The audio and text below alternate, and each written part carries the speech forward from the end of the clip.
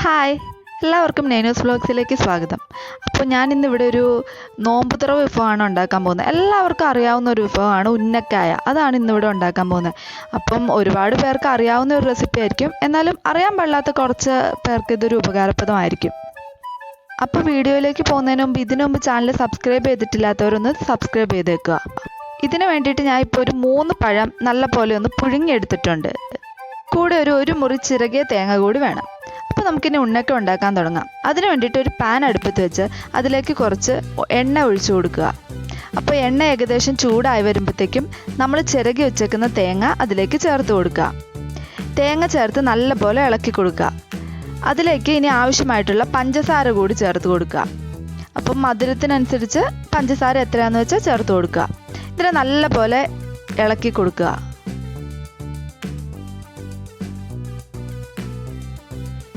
ഈ തേങ്ങ ചെറുതായി ഒന്ന് കളർ മാറി വരുമ്പോഴത്തേക്കും ഇതിലേക്ക് ഒരു മുട്ട പൊട്ടിച്ച് ചേർത്ത് കൊടുക്കുക.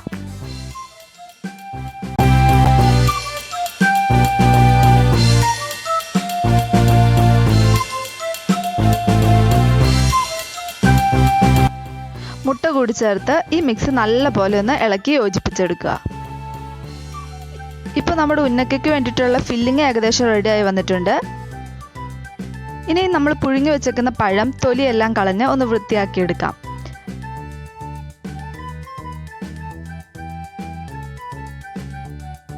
ഈ പഴം ഇനി നല്ല പോലെ ഒന്ന് കൈ വെച്ച് തന്നെ ഒന്ന് ഉടച്ചെടുക്കുക. ഇനി ഒരു മിക്സിയുടെ ജാറിലേക്ക് ഒരു 10 ഏലക്കായ ഇട്ട് നല്ല പോലെ പൊടിച്ചെടുക്കുക.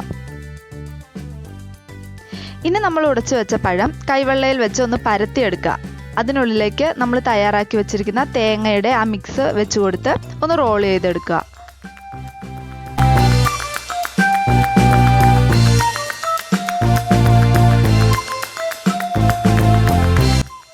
ഇനി ഒരു പാനിൽ ഇത് ഫ്രൈ ചെയ്തെടുക്കാൻ ആവശ്യമായ എണ്ണ ഒഴിച്ചു കൊടുക്കുക. ശേഷം നമ്മൾ ഉണ്ടാക്കി വെച്ചിരിക്കുന്ന ഓരോ ഉന്നക്കായകളായിട്ട് എണ്ണയിലേക്ക് ഇട്ട് കൊടുക്കുക.